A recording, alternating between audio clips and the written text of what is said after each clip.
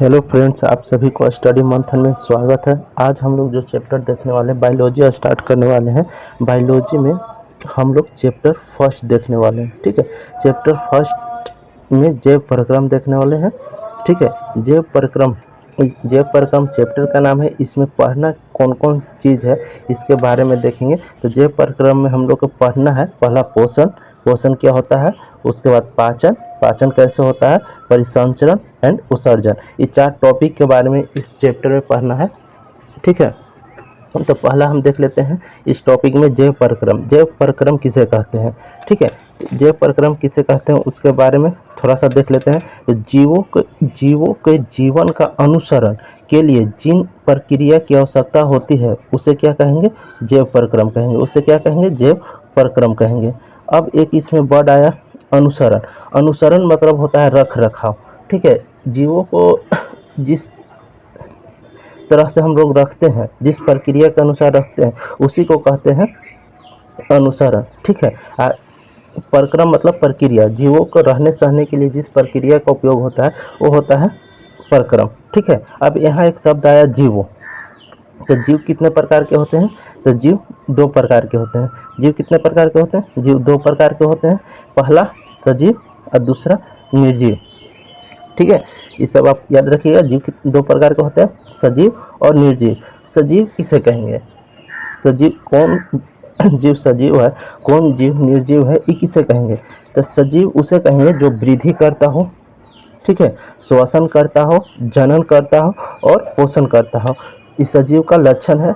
ठीक है, जो क्या करता हो? वृद्धि करता हो, श्वसन करता हो, जनन करता हो और पोषण करता हो। लेकिन निर्जीव इसके जस्ट विपरीत हो जाएगा, वृद्धि नहीं करता हो। मान लीजिए कि आप एक टेबल खरीद के लाए हैं, तो वो कुछ दिन यानी 10 दिन 20 दिन में कुछ वृद्धि करेगा या 1 साल 2 साल में वृद्धि करेगा? नहीं करेगा। जनन यानी 1 टेबल से 2 टेबल हो जाएगा? नहीं होगा। तो उस सबको क्या कहेंगे? निर्जीव कहेंगे। ठीक है, जीव कितने प्रकार के होते हैं? 2 प्रकार के होते हैं, सजीव और निर्जीव। सजीव और निर्जीव। ठीक है, सजीव और निर्जीव। सजीव किसे कहेंगे? जो वृद्धि करते हैं, जो श्वसन करते हैं, जो जनन करते हैं, जो पोषण करते हैं। इसके जस्ट विपरीत हो जाएगा निर्जीव। चलिए एक क्वेश्चन का आप लोग जवाब दीजिएगा। ठीक है, कि आप लोग खाना खाते हैं? तब बोलिए कि यस सर हम खाना खाते हैं, यानी हम लोग भोजन करते हैं। ठीक है, आपका आंसर होगा कि हाँ हम लोग भोजन करते हैं। फिर हम पूछें कि भोजन क्यों करते हैं? आप लोग भोजन क्यों करते हैं? तो कहिएगा कि ऊर्जा के लिए। किसके लिए? ऊर्जा के लिए, यानी एनर्जी के लिए। जैसे हम बोल रहे हैं, तो हम अगर खाना नहीं खाए हुए रहेंगे तो हम पढ़ा पाएंगे? नहीं पढ़ा पाएंगे। कोई आदमी 2-3 दिन से भूखा है, उसको कहिएगा कि पढ़ाने के लिए या कुछ काम करने के लिए, तो नहीं काम कर पाएगा। क्यों? क्योंकि उसके पास ऊर्जा नहीं है। ठीक है, ऊर्जा यानी एनर्जी उसके पास नहीं है। एनर्जी कहाँ से आता है? भोजन करते हैं तो एनर्जी में बदलता है। ठीक है, आगे देखेंगे। उसके बाद हम आगे पूछ सकते हैं कि भोजन कैसा करना चाहिए। ठीक है, तो बोलिएगा संतुलित भोजन करना चाहिए। कैसा भोजन करना चाहिए? संतुलित भोजन करना चाहिए। ठीक है, कैसा भोजन करना चाहिए? संतुलित भोजन करना चाहिए। जैसे घर में आपके माता पिता बोलते हैं कि बाहर के सामान नहीं खाने के लिए। कहाँ के सामान? बाहर के सामान नहीं खाने, जैसे चाउमीन, बर्गर, पिज़्ज़ा, ये सब खाना खाने से परहेज करना चाहिए। रीज़न क्या है? वो संतुलित भोजन नहीं है। तो संतुलित भोजन किसे कहते हैं? तो वैसा भोजन जिसमें प्रोटीन, विटामिन, ठीक है, आयरन, ये सब मौजूद रहे, उस सभी भोजन को क्या कहेंगे? संतुलित भोजन रहे। यानी आपको प्रोटीन भी मिले, उसमें वसा भी मिले, ठीक है, आयरन भी मिले, विटामिन्स भी मिले। ठीक है, तो उस सभी भोजन को क्या कहेंगे? संतुलित भोजन। ठीक है, यानी पोषक जो विटामिन वगैरह है वो क्या है? पोषक तत्व है। ठीक है, तो अब यहाँ से पोषक तत्व से हम लोग के टॉपिक जो पढ़ना है वो है पोषण। क्या पढ़ना है? पोषण। कि पोषण किसे कहते हैं?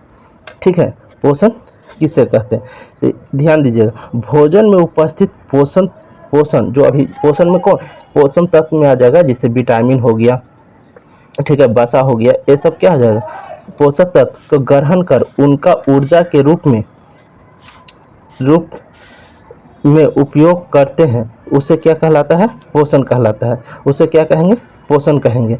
ठीक है, पोषण कौन जो पोषक तत्व यानी कोई विटामिन हम ले रहे हैं या फिर जो हम पोषक प्रोटीन खा रहे हैं तो उसको किस में बदल रहा है, ऊर्जा यानी एनर्जी के रूप में चेंज कर रहा है। ठीक है, ऊर्जा के रूप में चेंज कर रहा है, एनर्जी के रूप में चेंज हो रहा है, तो यही चीज़ को हम लोग पोषण कहलाते हैं। ठीक है, पोषण किसे कहते हैं, याद हो गया।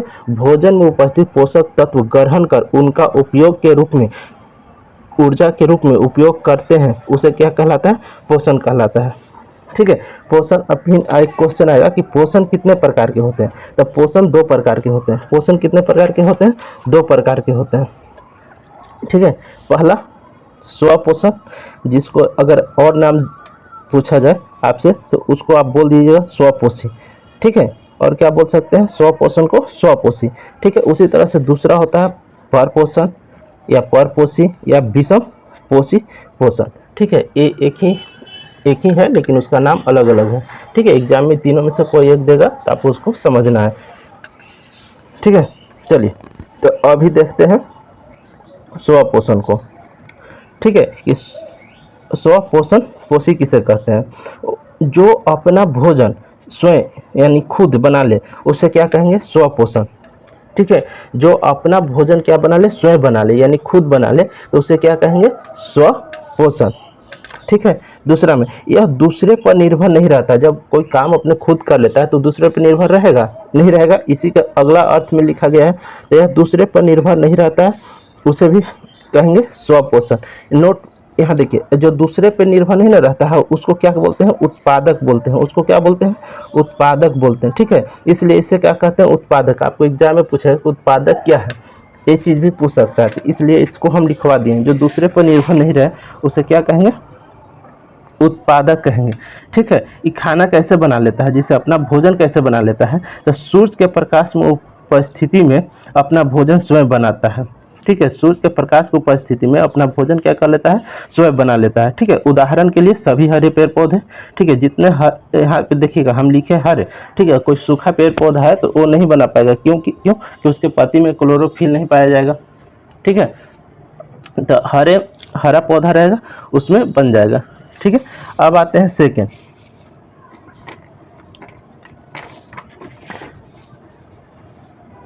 टॉपिक। सेकेंड में था पोषण 2 प्रकार का था, अभी स्वपोषण देखें।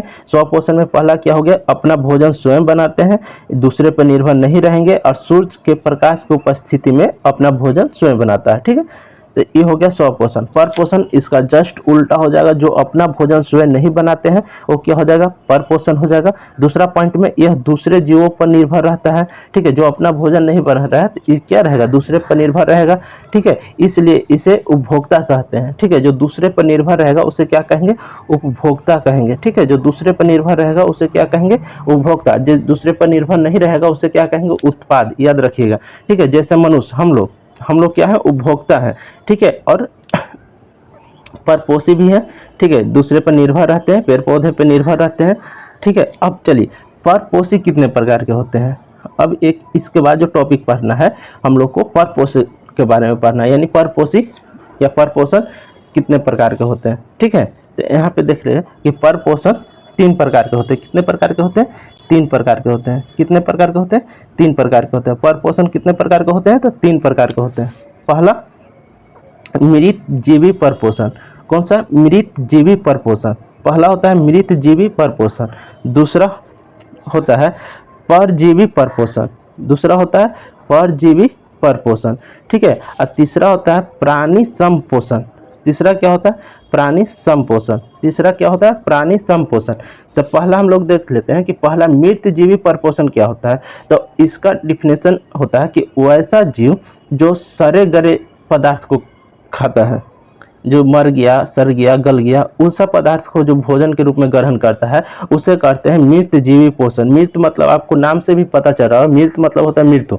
ठीक है, जो चीज़ सामान मर गया, ठीक है, जो जीव मर गया उसको कोई भोजन के रूप में ग्रहण कर रहा है तो उसे कहेंगे मृतजीवी पोषण। जैसे उदाहरण के लिए जीवाणु, कवक, ये सब क्या है, मृतजीवी पोषण है। ठीक है, सेकेंड में है परजीवी पोषण। इसमें एक जीव दूसरे जीव पे क्या रहेगा, निर्भर रहेगा। परजीवी परपोषण में क्या रहेगा, एक जीव दूसरे जीव पे निर्भर रहेगा। ठीक है, तथा उसका हत्या नहीं करेगा, हत्या यानी मृत्यु नहीं करेगा। मृत्यु नहीं करेगा, निर्भर रहेगा लेकिन उसका मृत्यु नहीं करेगा। जैसे जू, हम लोग बाल में क्या रहता है, जू जू होता है, क्या जू किसी आदमी को जान ले सकता है? नहीं। तो वैसा जीव जो दूसरे जीव पे निर्भर रहता है, ठीक है, अपना पोषण, जीव अपना पोषण कैसे करता है? खून चूस के करता है, यानी मनुष्य पे निर्भर रहता है, ठीक है। उसी तरह से एक जोक होता है जो पानी में पाया जाता है, ठीक है, जानवर उनवर में सड़ जाता है, ठीक है। तो जोक भी, अमरबेल, अमरबेल का एक पौधा होता है जो पेड़ पे आपको देखने को मिल जाएगा, किसी भी पेड़ पे, और उसका पोषक पदार्थ, खाना पेड़ बनाते हैं, उसका पोषक पदार्थ अमरबेल ले लेता है, ठीक है। एक होता है प्राणी संपोषण। प्राणी संपोषण में अंत ग्रहण द्वारा पाचन होता है। अंत जैसे हम लोग क्या कहते हैं, खाना खाते हैं तुरंत पच जाता है? नहीं पचता, उसको हम लोग चबाते हैं, चबाने के बाद एक प्रक्रिया होता है जो आगे मनुष्य में पाचन पढ़ना है, ठीक है, वहाँ देख लेंगे। परिसंचरण तंत्र में इसको हम पूरा डिटेल में देखेंगे, ठीक है। चलिए आगे। अब हम लोग देखने वाले हैं पौधे में पोषण, कि पौधे में पोषण कैसे होता है, ठीक है। इसको 4 टाइप में आपको लिखना है, ठीक है। अगर एग्जाम में आता है कि पौधे में पोषण कैसा लिखना है, तो 4 टाइप में, पहला टाइप में आपको डिफिनेशन लिखना है, यानी परिभाषा लिखना है, परिभाषा, ठीक है। पहला में परिभाषा लिखना है, दूसरा में स्थान लिखना है, क्या लिखना है? स्थान लिखना है। तीसरा टॉपिक में आपको अवयव लिखना है कि पोषण कहाँ, अवयव लिखना है। और चौथा में आपको जो फोर्थ है उसमें सूत्र लिखना है, ठीक है, इसमें सूत्र लिखना है। आपको ये 4 बात को ध्यान देना है कि पौधे में अगर पोषण दे दे तो आपको एकदम पहला में तो परिभाषा लिखना है, ठीक है, उसके बाद आपको आगे सूत्र लिखना है। तो प्रकाश, पौधे में पोषण कैसे होता है? प्रकाश संश्लेषण की क्रिया के द्वारा होता है। तो प्रकाश संश्लेषण क्या है, ये पहला टॉपिक हो गया हम लोग को, ठीक है। तो देखते हैं प्रकाश संश्लेषण क्या है। तो प्रकाश संश्लेषण वह प्रक्रिया है जिसके द्वारा पौधे अपना भोजन तैयार करते हैं। भोजन क्या करते हैं? तैयार करते हैं, ठीक है। भोजन कैसे तैयार करते हैं? सौर ऊर्जा का रासायनिक ऊर्जा में परिवर्तन करते हैं, ठीक है। तो उसे क्या कहेंगे? प्रकाश संश्लेषण कहेंगे। प्रकाश संश्लेषण क्या है कि प्रकाश संश्लेषण वह प्रक्रिया है जिसके द्वारा पौधे अपना भोजन, ठीक है, याद रखिए, अपना भोजन तैयार करते हैं, ठीक है। ये पहला हो गया, ठीक है। पहला में क्या बना, पौधे में पोषण में हम पहला में क्या बोलते हैं? परिभाषा लिखना है, क्या लिखना है? परिभाषा लिखना है। तो परिभाषा हो गया, ठीक है। और इसमें द मोस्ट इम्पोर्टेंट है ए लाइन, सौर ऊर्जा का रासायनिक ऊर्जा में परिवर्तन करते हैं। सौर ऊर्जा को किस ऊर्जा में परिवर्तन करते हैं? रासायनिक ऊर्जा में, ठीक है। स्थान लिखना है कि पौधे के पत्ती में क्या पाया जाता है? क्लोरोफिल पाया जाता है, क्लोरोफिल पाया जाता है, इसलिए प्रकाश संश्लेषण की क्रिया कहाँ होगा? पौधों के पत्ती में। तो आप लिखिएगा पौधों के पत्तियों में क्लोरोफिल पाया जाता है, जहाँ पे प्रकाश संश्लेषण की क्रिया होती है। इसके अवयव क्या होते हैं? अवयव यानी कौन सा चीज इसमें भाग लेता है, ठीक है, ये भी आपको ध्यान रखना है। तो पहला पर्णहरित या क्लोरोफिल जो अभी बोले, ठीक है। उसके बाद CO2, H2O और सूर्य का प्रकाश, ठीक है। पर्णहरित यानी क्लोरोफिल, CO2, H2O और सूर्य का प्रकाश यानी यानी 4 चीज रहेगा तो आपका होगा। फर्स्ट में क्लोरोफिल, सेकंड में CO2 जिसको कार्बन डाइऑक्साइड भी बोलते हैं, थर्ड में जल और फोर्थ में आपका हो जाएगा सूर्य का प्रकाश, ठीक है। उसके बाद अभी बोले थे कि आपको सूत्र भी लिखना है, जैसे कार्बन डाइऑक्साइड, इसको क्या बोलते हैं? CO2 का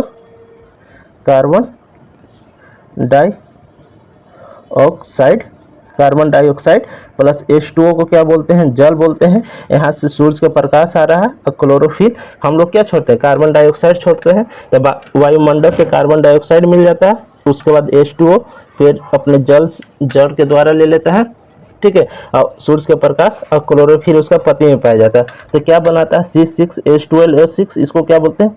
ग्लूकोज, ठीक है, ग्लूकोज बनाता है, प्लस ऑक्सीजन गैस छोड़ता है और प्लस जल बनाता है, ठीक है। तो ये आपको याद रखना है, ग्लूकोज का सूत्र भी याद रखना है, C6H12O6। C6 इसका डबल करना है तो H में कितना लग जाएगा? 6 2 12 और फिर इसका आधा कर देना है तो 6 हो जाएगा, C6H12O6।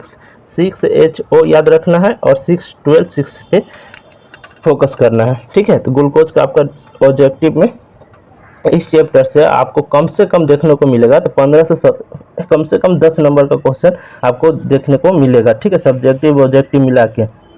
ठीक है, अब आते हैं जंतुओं में पोषण। अभी हम लोग पढ़ रहे थे पौधे में पोषण। पौधे में पोषण कितने टाइप से हो गए? 4 प्रकार से हो गए। पढ़ रहे तो प्रकाश संश्लेषण की क्रिया कहाँ होता है, फिर स्थान देख लिए, अवयव देख लिए और सूत्र देख लिए। ठीक है, अब आते हैं जंतुओं में पोषण। किस टॉपिक को? जंतुओं में पोषण। ठीक है, कि जंतुओं में पोषण कैसे होता है। तो पहले तो जंतु देखते हैं। तो जंतु क्या था कि परजीवी था। जंतु क्या था, यहाँ देखिएगा, अभी पीछे पढ़ाएं कि पोषण कितने प्रकार से होते हैं, दो, एक स्व पोषण, एक पर पोषण। तो पर पोषण में हम पर पोषण में जो दूसरे पे निर्भर रहता है, किस पे निर्भर रहता है? दूसरे पे। ठीक है, तो पर पोषण हो गया। तो अब जंतु क्या हो जाएगा? दूसरे पर मनुष्य निर्भर रहता है। एग्जाम्पल भी दिए थे मनुष्य। यहाँ प्राणी संपोषण में भी एग्जाम्पल अगर देखिएगा तो मनुष्य है, मेढक है, अमीबा है। ठीक है, तो जंतु भोजन के लिए दूसरे पर निर्भर रहता है। जंतु पोषण में सबसे पहला टॉपिक आपको लिखना है कि जो जंतु है वो भोजन के लिए दूसरे पर क्या रहता है? निर्भर रहता है। ठीक है, जंतु क्या होता है? अभी बताएं कि परपोषी होता है। क्या होता है? परपोषी होता है, जिसको मीट जीवी, परजीवी और प्राणी संपोषण क्या है, इसका एग्जाम्पल है। ठीक है, तो प्राणी संपोषण जंतुओं में भोजन का पाचन होता है। प्राणी संपोषण है, उसी में भोजन को क्या होता है? पचता है। ठीक है, तो कैसे पचता है पहले हम देख लेते हैं। अमीबा, अमीबा में भोजन कैसे पचता है। ठीक है, तो अमीबा जो है एक कोशिकीय जंतु होता है। पहले ये क्या करता है? अमीबा पहले जो क्या करता है कि अपना भोजन जहाँ रहता है वहाँ पे ये जाता है, जिसको कहते हैं अंतग्रहण। ठीक है, यहाँ पे देखिएगा अंतग्रहण। जैसे ये अमीबा है, यहाँ पे इसका भोजन है। क्या है? इसका भोजन है, यानी कुछ भोजन है। तो यहाँ पे देखिए, यहाँ पे भोजन है, इसके पास अमीबा गया है, जो इस तरह से आकृति बना है ना। ठीक है, इस आकृति को क्या कहते हैं? कुटपाद कहते हैं। इसी आकृति को क्या कहते हैं? कुटपाद। तो अमीबा जिस आकृति द्वारा अपने भोजन को ग्रहण करता है, ठीक है, करता है, उसे क्या कहेंगे? कुटपाद कहेंगे। अमीबा में ये सब डॉट डॉट जो है वो कोशिका द्रव होता है, एक केंद्रक होता है। ठीक है, तो ये क्या किया है? यहाँ पे भोजन को कुटपाद द्वारा अंदर ले गया है।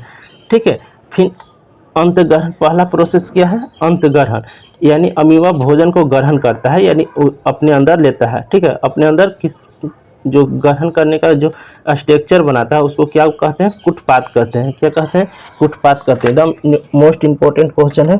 उसके बाद जो भोजन अंदर ले गया है उसका पाचन करेगा।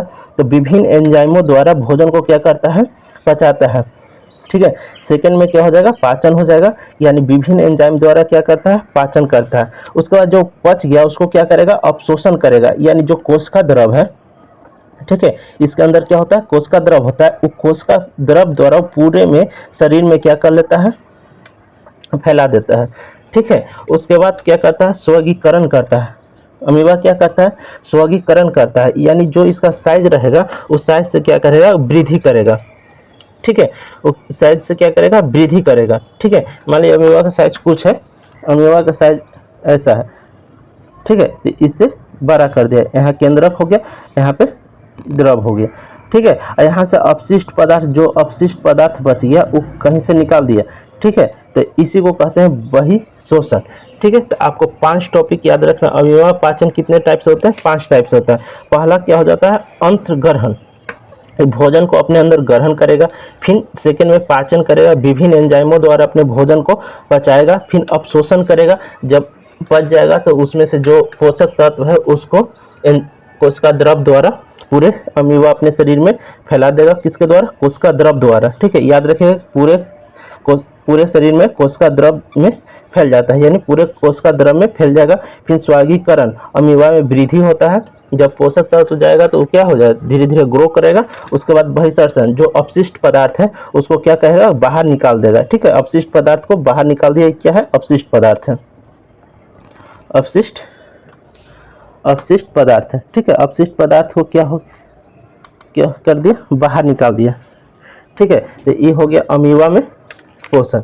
अमीबा पोषण के बाद हम लोग चलते हैं अब मनुष्य में पाचन तंत्र के बारे में देखते हैं। चलिए, आज जो है हम लोग देखेंगे मनुष्य में पाचन तंत्र। तो मनुष्य में पाचन तंत्र, पहले तो पाचन क्या होता है वो देख लेते हैं। तो भोजन के जटिल एवं बड़े अणुओं के एंजाइमों की जो भोजन करते हैं वो जटिल एवं बड़े अणु जो रहते हैं उनको एंजाइमों के सहायता से सरल एवं छोटे अणु में बदलना पाचन कहलाता है। जैसे हम लोग रोटी खाते हैं, ठीक है, तो एक रोटी एक बार में खा जाते हैं? नहीं खाते हैं, उसको क्या करते हैं, पहले तोड़ते हैं, छोटा करते हैं, उसके बाद खाते हैं, ठीक है। तो उसी तरह से पाचन भी होता है, ठीक है। पहले जो बड़े रहते हैं उसको तोड़ के छोटा करता है, किसके द्वारा? एंजाइमों के द्वारा। किसके द्वारा? एंजाइमों के द्वारा, ठीक है। तो यही कहें भोजन में उपस्थित जटिल एवं बड़े अणुओं को एंजाइमों की सहायता से सरल एवं छोटे अणुओं में बदलना पाचन कहलाता है, ठीक है। पाचन कहलाता है, ठीक है। मनुष्य में पाचन देख लिए। मनुष्य में पाचन कैसा होता है कि भोजन के जटिल एवं बड़े अणुओं के एंजाइमों की सहायता से सरल एवं छोटे अणुओं में बदलना पाचन कहलाता है, ठीक है। पाचन कहलाता है। अब हम कि पाचन कितने प्रकार, पाचन मतलब कितने स्टेप में होते हैं? तो पाचन हमको 6 स्टेप में होता है। कितना स्टेप में होता है? 6 स्टेप में होता है। आहार नाल के भाग भी 6 स्टेप में। यह मुख से शुरू होता है और कहाँ तक जाता है? पक्ष भाग यानी मल द्वार तक जाता है। पाचन होने में कितने क्रिया कहाँ से स्टार्ट होता है? तो शुरू मुख से होता है और कहाँ तक जाता है? यानी पक्ष भाग यानी मल द्वार तक, ठीक है। आहार नाल की अगर लंबाई पूछेगा तो यह 8 से 10 मीटर तक लंबा होता है, ठीक है। अगर लंबाई पूछे 3 टॉपिक याद रखना है। आहार नाल कितने भाग में होता है? तो 6 भाग में होते हैं, ठीक है। यह मुख से शुरू होकर कहाँ तक जाता है? पक्ष भाग तक जाता है, ये भी याद रखना है। सेकेंड याद रखना है, थर्ड टॉपिक याद रखना है, यह 8 से 10 मीटर तक लंबा होता है, ठीक है। एक आपको हम फिगर दिखा रहे हैं, यहाँ देखिए, यह आहार नाल के शुरू होता है मुख से और यहाँ से चलते खाना जाते जाते यहाँ तक मल द्वार, ठीक है, यानी यहाँ निकल जाता है। आपके बुक में भी एकदम सेम टू सेम फिगर दिया हुआ होगा, ठीक है, आप बुक से भी देख सकते हैं, ठीक है। खाना कहाँ से शुरू होता है? मुख से शुरू होता है, मुख से शुरू होता है और कहाँ तक जाता है? गुद्दा द्वार। गुद्दा द्वार कहते हैं इसको या मल द्वार कहते हैं, कुछ भी लिखिए, ठीक है। गुद्दा द्वार, मल द्वार सब सेम है, मानव में पाचन तंत्र का ही फिगर है, ठीक है। मुख से शुरू होकर कहाँ से खत्म होगा? मल द्वार तक। अब हम लोग के पहला टॉपिक पढ़ना है मुख गुहा। पहला टॉपिक क्या पढ़ना है? मुख गुहा, ठीक है। तो मुख गुहा क्या होता है उसके बारे में देख लेते हैं। मुख गुहा यह आहार नाल का पहला भाग है, ठीक है। पहला भाग है, आप फिगर में भी देख सकते हैं कि कहाँ से स्टार्ट हो रहा है। यहाँ मुख से भोजन, अब पूछेगा क्वेश्चन कि भोजन का पचना कहाँ से शुरू होता है? तो मुख से शुरू होता है। भोजन का पचना कहाँ से शुरू होता है? मुख से। जब हम लोग खाना खाते हैं तो चबाते हैं तो वहाँ से स्टार्ट हो जाता है भोजन को पचना, ठीक है। तो भोजन का पचना कहाँ से शुरू होता है? मुख से शुरू हो जाता है, ठीक है। यहाँ पे पहला भाग मुख गुहा है, यहाँ मुख गुहा भी लिखा हो जिसमें मुख पाया जाता है। चलिए आगे देखिए, पहला टॉपिक हो गया, यह आहार नाल का पहला भाग है। दूसरा टॉपिक, इसमें दांत, जीभ और लार पाया जाता है। मुख में क्या पाया जाता है? यही 3 चीज पाया जाता है ना। पहला तो दांत पाया जाएगा, उसमें जीभ एक रहता है और तीसरा लार। जब कोई खाना बनाते हैं तो चिपचिपा पदार्थ देखते होंगे कि पूरा उसमें मिल गया, तो वही लार ग्रंथि होते हैं, ठीक है। थर्ड टॉपिक, भोजन का पाचन मुख से शुरू होता है, जो अभी बताएं कि एग्जाम में एकदम पूछ देगा कि भोजन का पाचन कहाँ से शुरू होता है, तो भोजन का पाचन मुख से शुरू होता है, ठीक है। तो अब आते हैं, पहला टॉपिक क्या था? दांत।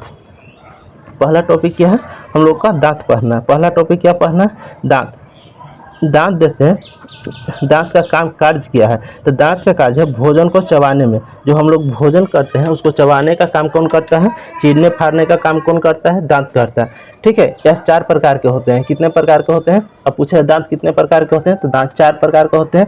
Incisor, canine, molar, premolar, ठीक है। Incisor, canine, molar and premolar, ठीक है। इसका हिंदी भी लिखा हुआ है। इंसाइजर कर्तनी, क्लाइन भेदन, जिसको क्लाइन उसको भेदन उसको बोलते हैं जिसे चीरते फाड़ते हैं ना, साइड वाला दांत जो नुकीला होता है, ठीक है। जिससे यहाँ पे देखिए, यहाँ पे कुछ दांत हमको दिखाया गया है आपको, ठीक है। तो ये 1 2 3 4, ये जो 4 है ना, आगे वाला जो हंसते हैं उस समय दिखाई देता है, ठीक है। तो उसको इंसाइजर बोलते हैं। जो ये 4 दांत जो कोई आदमी हंस रहा है तो उसको जो दांत दिखाई देता है उसको इंसीजर बोलते हैं, ठीक है। इसको क्लाइन बोलते हैं जो चीरने और फाड़ने का काम करता है, चार दांत के बाद जो दांत होता है उसको क्या बोलते हैं? कलाइन बोलते हैं, ठीक है, या इसको हिंदी में भेदन भी बोलते हैं। इसको हिंदी में क्या बोलते हैं? भेदन भी बोलते हैं, ठीक है। इसमें और दांत, इसमें पूरा दांत है, लेकिन इसमें आपको फिगर में नहीं पता चल रहा, पूरा सट गया है, ठीक है। यहाँ से इधर जो हो गया, जो थोड़ा बड़ा बड़ा दांत होता है, ठीक है, तो इसको बोलते हैं मोलर और प्री मोलर, ठीक है, भेदन के पास जो होता है, ठीक है। उसके बाद जीभ का काम क्या है? जीभ का काम क्या है? यह स्वाद को पहचान करता है। पहला कि क्या करता है? स्वाद को पहचान करता है।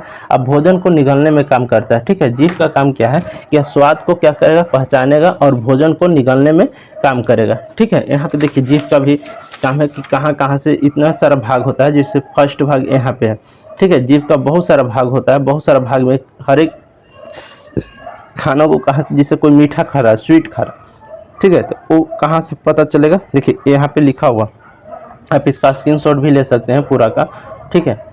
यहाँ पे देखिए स्वीट लिखा हुआ, ठीक है, स्टे लिखा हुआ है, बेटर लिखा हुआ है, सब चीज़ यहाँ पे लिखा हुआ कि कहाँ से किस चीज़ को ही स्वाद करता है, यानी अनुभव करता है, ठीक है।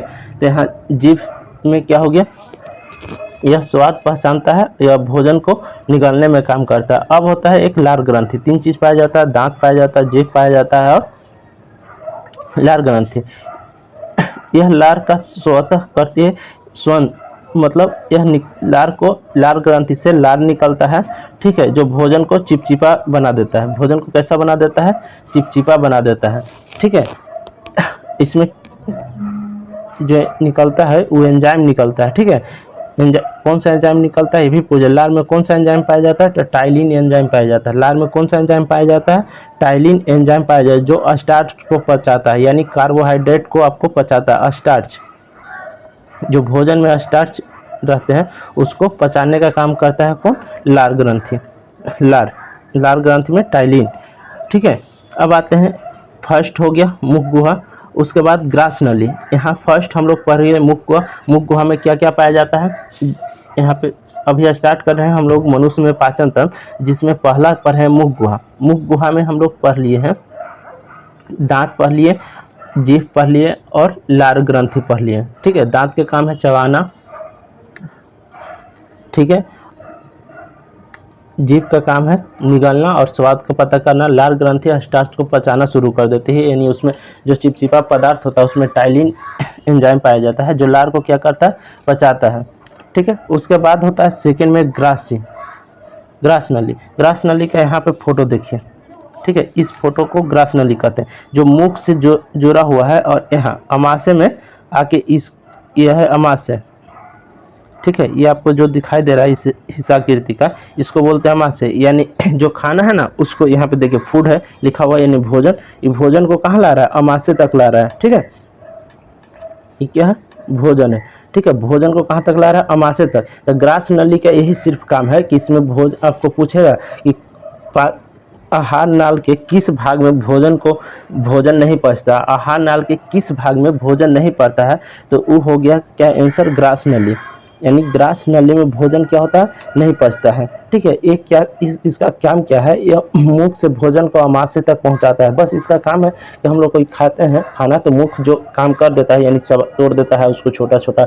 लार ग्रंथि अपना लार मिला देती है, जीभ उसको अंदर की ओर निगलने में काम कर देता है, बस इतना ही है। और खाना इसमें नहीं पचता है, बस खाना स्लाइड होके कहाँ जाता है? अमाशय में। तो ग्रास नली में आपको याद रखना है कि इसमें भोजन नहीं पचता है, ठीक है। तो आहार नाल के किस भाग में भोजन नहीं पचता है, तो उसका आंसर हो जाएगा ग्रास नली। अब भोजन कहाँ से पचना शुरू होता है? तो मुख से, ठीक है। तो मुख या मुख गुहा से पचना शुरू होता है, ये भी याद रखना है। ये भी याद रखना है कि कहाँ से पचता नहीं है, तो ग्रास नली में भोजन नहीं पचता है, ठीक है। तो कुछ आइए, तो हम लोग देख रहे थे ग्रास नली, सेकंड में था ग्रास नली। मुख से भोजन को अमाशय तक पहुंचाना होता है, ठीक है। इसका काम क्या है कि मुख में जो भोजन था उसको कहाँ तक पहुंचा दिया? अमाशय तक। अब जो टॉपिक हम लोग को पढ़ना है अमाशय पढ़ना। अब टॉपिक क्या पढ़ना है? अमाशय। यहाँ देख रहे हैं आपको ई अमाशय है, ठीक है। यहाँ छोटा दिखाई दे रहा होगा, लेकिन यहाँ कुछ बड़ा में हम प्रिंट किए, ठीक है। तो ई अमाशय बताइए, ये जो अमाशय, इसका आकृति कैसा जैसा कि अंग्रेजी अल्फ़ाबेट का कौन सा लेटर जैसा लग रहा है आकृति, तो हम लोग इसको बोल सकते हैं कि सर लगभग जे जैसा है। ठीक है, तो चलिए यही चीज़ अब यहाँ इसमें देखते हैं। अमाशय में यह जे आकार का होता है। ठीक है, इसका आकृति कैसा होता है, जे आकार का होता है, जिससे आप फिगर में भी देखें जस्ट। ठीक है, इसका अग्रभाग को क्या कहते हैं, कार्डियक कहते हैं। ठीक है, इसके अग्रभाग को, जो यहाँ पे है, यहाँ पे देखिए, यहाँ भाग को क्या कहेंगे, कार्डियक कहेंगे। ठीक है, अग्रभाग को क्या कहेंगे, कार्डियक कहेंगे। ठीक है, अब पक्ष यानी पीछे वाला जो भाग रहता है उसको क्या कहेंगे, पाइलोरिक भाग कहेंगे। ठीक है, पीछे वाला भाग को क्या कहेंगे, पाइलोरिक भाग, और जो मध्य का भाग हो गया, ठीक है, उसको पुंडिक भाग कहेंगे। ठीक है, चलिए देखिए, यह जे आकार का होता है।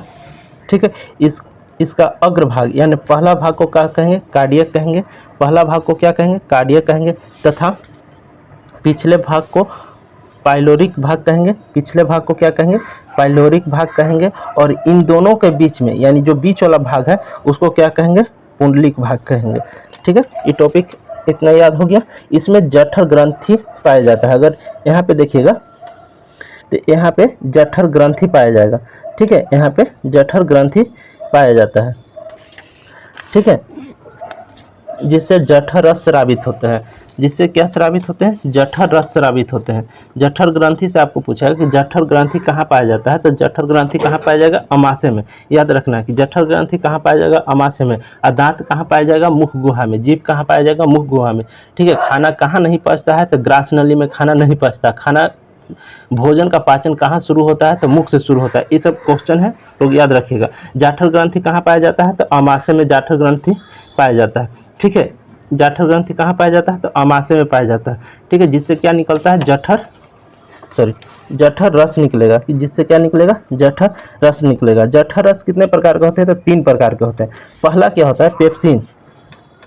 पहला क्या होता है, पेप्सिन होता है। ठीक है, जठर रस में पहला क्या होता है, पेप्सिन। दूसरा हाइड्रोक्लोरिक अम्ल HCl, जिसको बोलते हैं हाइड्रोक्लोरिक अम्ल। और तीसरा होता है सेलेस्मा म्यूकस।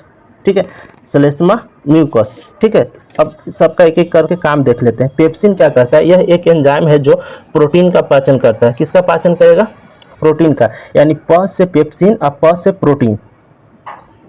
ठीक है, पेप्सिन क्या काम करेगा, प्रोटीन का पाचन करेगा।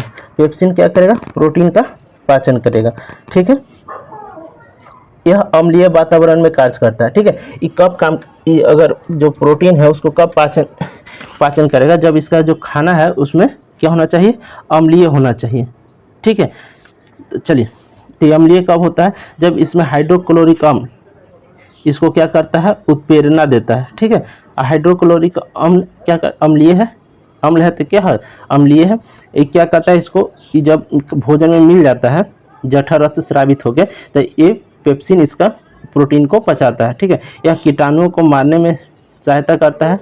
तीसरा होता है सुषमा म्यूकस, इस सुरक्षा प्रदान करता है। ये क्या करता है, सुरक्षा प्रदान करता है। अब आते हैं चौथा, छोटी आंत। चौथा क्या होता है, ये जो देख रहे हैं यहाँ होता है छोटी आंत। ठीक है, छोटी आंत। छोटी आंत में हम लोग देखने वाले हैं कि भोजन का पूर्ण पाचन छोटी आंत में होता है। लगभग सभी खाना कहाँ पच जाता है, तो छोटी आंत में पच जाता है। यह 3 प्रकार के होते हैं। कितने भाग में बटा होता है, 3 भाग में बटा होता है, ड्यूडेनम, जिजुनम और इलियम। ठीक है, ये 3 भाग में कौन सा बटा होता है, छोटी भाग। ठीक है, ड्यूडेनम में क्या पाया जाता है, यह 2 प्रकार में होता है, 2 भाग में पाया जाता है। कितने भाग में पाया जाता है, 2 भाग में पाया जाता है। ठीक है, जिसमें पहला भाग होता है यकृत। पहला भाग क्या होता है, यकृत। और दूसरा भाग होता है अग्नाशय। दूसरा भाग क्या हो जाता है, अग्नाशय हो जाता है। पहला भाग क्या होता है, यकृत, और दूसरा भाग होता है अग्नाशय। यकृत किसे कहते हैं, यकृत के बारे में देखिए। ठीक है, यहाँ पे यकृत आपको दिखाई दे रहा होगा। ठीक है, चलिए, यकृत, यह सबसे बड़ी ग्रंथि है। अगर पूछेगा कि शरीर के सबसे बड़ी ग्रंथि कौन सा है, तो यकृत है। एक कहाँ पाया जाता है, तो छोटी आंत में पाया जाता है। ठीक है, यकृत कहाँ पाया जाएगा, छोटी आंत में। ठीक है, इसका भार लगभग 1.5 kg होता है। इसका भार कितना होता है, 1.5 kg। इसमें पित्त का निर्माण होता है। ठीक है, यकृत में क्या होता है, पित्त का निर्माण होता है। याद रखिएगा, पित्त का निर्माण कहाँ होता है, ये भी पूछता है। ठीक है, अभी हम सेम टू सेम 10 क्वेश्चन पूछने वाले हैं। ठीक है, इसमें पित्त का निर्माण होता है। यह क्षारीय होता है। ठीक है, यह कैसा होता है, क्षारीय होता है, जो भोजन को अम्लीयता को कम करता है। भोजन अम्लीय कहाँ, जठर रस से क्या निकलता है, HCl निकलता है, यानी हाइड्रोक्लोरिक अम्ल, जो भोजन को कैसा कर देता है, अम्लीय। और उसको अम्लीय को कम कौन करता है, यहाँ से पित्त। ठीक है, इसका पीएच मान कितना होता है, 7.8 से 8.5 तक होता है। ठीक है, पित्त का पीएच मान कितना होता है, इसका मतलब पित्त का पीएच मान कितना होता है, 7.8 से 8.5 तक होता है। ठीक है, यह पित्ताशय में जमा होता है। पित्त अगर पूछेगा कि पित्त कहाँ जमा होता है, तो पित्ताशय में जमा होता है। पित्त का निर्माण कहाँ होता है, तो यकृत में होता है। पित्त जमा कहाँ होता है, तो पित्ताशय में जमा होता है। ठीक है, वसा की बड़ी गोलिकाओं को इम्लिशीकरण किसे कहते हैं। एक आपका क्वेश्चन पूछेगा इम्लिशीकरण किसे कहते हैं, तो वसा की बड़ी गोलिकाओं को वसा के छोटे छोटे गोलियों में तोड़ना ही इम्लिशीकरण कहलाता है। ठीक है, अब पहला क्या था, यकृत था। ठीक है, पहला टॉपिक क्या था, डेडुनम में पहला क्या पाया जाएगा, 2 भाग में रहता है। जो पहला भाग को यकृत कहते हैं, तो दूसरा भाग को अग्नाशय कहते हैं। दूसरा भाग को क्या कहते हैं, अग्नाशय कहते हैं। ठीक है, अग्नाशय कहते हैं। तो अग्नाशय भी क्या होता है कि अग्नाशय यह एक मिश्रित ग्रंथि है। मिश्रित ग्रंथि इसलिए है क्योंकि इसमें एक हार्मोन्स भी निकलता है और एंजाइम भी निकलता है। ठीक है, तो इसलिए इसे मिश्रित ग्रंथि कहते हैं। ठीक है, तो इसमें 2 तरह के, एक अंतःस्रावी ग्रंथि पाया जाता है, एक बाह्यस्रावी ग्रंथि पाया जाता है। ठीक है, एक क्या पाया जाता है, अंतःस्रावी ग्रंथि, एक पाया जाता है बाह्यस्रावी ग्रंथि। ठीक है, अंतःस्रावी ग्रंथि से क्या निकलता है, हार्मोन्स निकलता है। अंतःस्रावी ग्रंथि से क्या निकलेगा, हार्मोन्स निकलेगा। उसी तरह से बाह्यस्रावी ग्रंथि से क्या निकलेगा, तो एंजाइम निकलेगा। बाह्यस्रावी ग्रंथि से क्या निकलेगा, एंजाइम निकलेगा। अंतःस्रावी ग्रंथि से जो हार्मोन्स निकलता है, कौन सा हार्मोन्स निकलता है, तो इंसुलिन। कौन सा, इंसुलिन।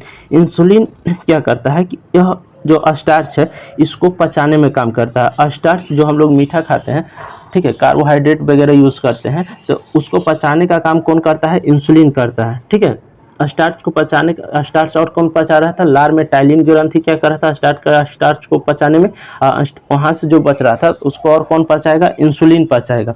ठीक है, कौन, इंसुलिन। अगर जिसमें इंसुलिन की कमी से कौन सा रोग होगा, इंसुलिन नहीं स्रावित हो, मान लो कि इंसुलिन नहीं स्रावित हो, तो उसमें कौन सा रोग होगा, तो उसको बोलते हैं मधुमेह। मधुमेह, ठीक है, मधुमेह रोग होगा, यानी इसको डायबिटीज भी कहते हैं। ठीक है, इंसुलिन की कमी से कौन सा रोग होता है, डायबिटीज होता है, मधुमेह रोग होगा। ठीक है, तो ये चीज़ भी याद रखना है कि इंसुलिन क्या चीज़ पचाता है, स्टार्च को पचाएगा। जिसको आप देखे होंगे कि जो मधुमेह से ग्रसित होगा उसको कहा जाता है कि चावल नहीं खाने के लिए। चावल में क्या होता है, कार्बोहाइड्रेट यानी स्टार्च होते हैं। ठीक है, चावल आलू खाने के लिए मना होता है। ठीक है, उनको रोटी दिया जाता है। तो क्यों, क्योंकि उनमें स्टार्च पाया जाता है। ठीक है, अब पूछे इंसुलिन क्या है, एंजाइम है या हार्मोन्स है, तो आपको याद रखना है इंसुलिन क्या है, हार्मोन्स है। ठीक है, एंजाइम नहीं है, ये भी याद रखना है। इंसुलिन क्या है, हार्मोन्स है, एंजाइम नहीं है। ठीक है, इंसुलिन की कमी से कौन सा रोग होता है, तो मधुमेह रोग होता है। इंसुलिन की कमी से कौन सा रोग होगा, मधुमेह, डायबिटीज होगा। इंसुलिन की कमी से कौन सा रोग होगा, मधुमेह यानी डायबिटीज होगा। ठीक है, ये क्या का, इस किस चीज को पचाता है इंसुलिन, तो स्टार्च को पचाएगा। अब आते हैं बाह्यस्रावी ग्रंथि। बाह्यस्रावी ग्रंथि क्या करता है, स्रावित एंजाइम। एंजाइम कितने प्रकार के, 3 प्रकार के, लाइपेज, एमाइलेज और ट्रिप्सिन। लाइपेज, एमाइलेज और ट्रिप्सिन। लाइपेज, एमाइलेज और ट्रिप्सिन। ठीक है, तो यहाँ देखिए लाइपेज क्या चीज को पचाएगा, वसा। ठीक है, घी वगैरह यूज करते हैं तो उसमें अधिक फैक्ट है, यानी वसा है। ठीक है, तो वसा को कौन पचाएगा, वसा को कौन पचाएगा, लाइपेज एंजाइम जो है वो। एमाइलेज किसको पचाएगा, कार्बोहाइड्रेट को पचाएगा, एमाइलेज। और ट्रिप्सिन किसको पचाएगा, प्रोटीन को। प्रोटीन को अगर आप देखेगा तो प्रोटीन को और कब पचा रहा था, जठा रस कितने प्रकार के होते हैं, 3 प्रकार के, जिसमें पहला था पेप्सिन। पेप्सिन क्या चीज को पचा रहा था, तो प्रोटीन को पचा रहा था पेप्सिन। यहाँ ट्रिप्सिन भी क्या पचा रहा है, प्रोटीन को पचा रहा है। ठीक है, तो आपको याद रखना है कौन कौन से किसको पचा रहा है, ठीक है। तो वो भी एंजाइम पेप्सिन एंजाइम प्रोटीन को पचा रहा है। ट्रिप्सिन भी इसका ट्रिक है, बासराबी ग्रंथि का ट्रिक है लेट, LAT लेट। याद है, एल से लाइपेज, एल से हो जाएगा लाइपेज, ए से हो जाएगा एमाइलेज और टी से ट्रिप्सिन, टी से क्या हो जाएगा ट्रिप्सिन, लेट याद रखना है, ठीक है। और है 5वां टॉपिक जो 4 तक हो गया। अब शुरू में बोल लेते हैं हम, यह 6 भाग में होता है। कितने भाग में होता है? 6 भाग में होता है। 4 भाग देख लिए, 4 भाग देख लिए। 5वां भाग होता है बड़ी आंत। 5वां भाग क्या होता है? बड़ी आंत। इसमें भोजन का पाचन नहीं होता है, ठीक है। अगर पूछेगा कि किसमें भोजन का पाचन नहीं होता है, तो बड़ी आंत में भोजन का पाचन नहीं होता, लेकिन इसमें क्या होता है? अवशोषण होता है। जो खाना बच गया उसका अवशोषण कहाँ होगा? उसमें से जल का अवशोषण, रस का अवशोषण कहाँ होगा? तो यहाँ बड़ी आंत में, ठीक है। केवल जल का अवशोषण होता है, ठीक है। तो यहाँ पे जो पचा हुआ भोजन है पूर्णतः कहाँ पचता है? तो छोटी आंत में पूर्णतः पच जाता है, ठीक है। इतना यहाँ पे हार्मोन्स भी आ जाता है, एंजाइम भी हो जाता है, तो सभी चीज़ें यहीं पे पाया जाता है, तो आपको इसलिए यहाँ पे हो जाता है। फिर होता है मल द्वार, यानी गुद्दा द्वार कहते हैं, जिसको मल द्वार भी कहते हैं। 6ठा होता है गुद्दा द्वार, जिसको मल द्वार भी कहते हैं, ठीक है। ये अपशिष्ट पदार्थ को क्या करता है? बाहर करता है। अपशिष्ट पदार्थ जो रहेगा उसको क्या कहेगा? बाहर करेगा, ठीक है। अपशिष्ट पदार्थ बाहर करेगा, ठीक है। तो यही था आप लोग को जेब प्रक्रम का टॉपिक, इतना ही पढ़ना था चैप्टर नंबर 1 का में, ठीक है। आप लोग को ये टॉपिक कैसा लगा? अगर कुछ प्रॉब्लम है तो कमेंट करके बताइएगा, ठीक है। अगर अच्छा लगा होगा तो आप लोग शेयर कीजिएगा। Thank you.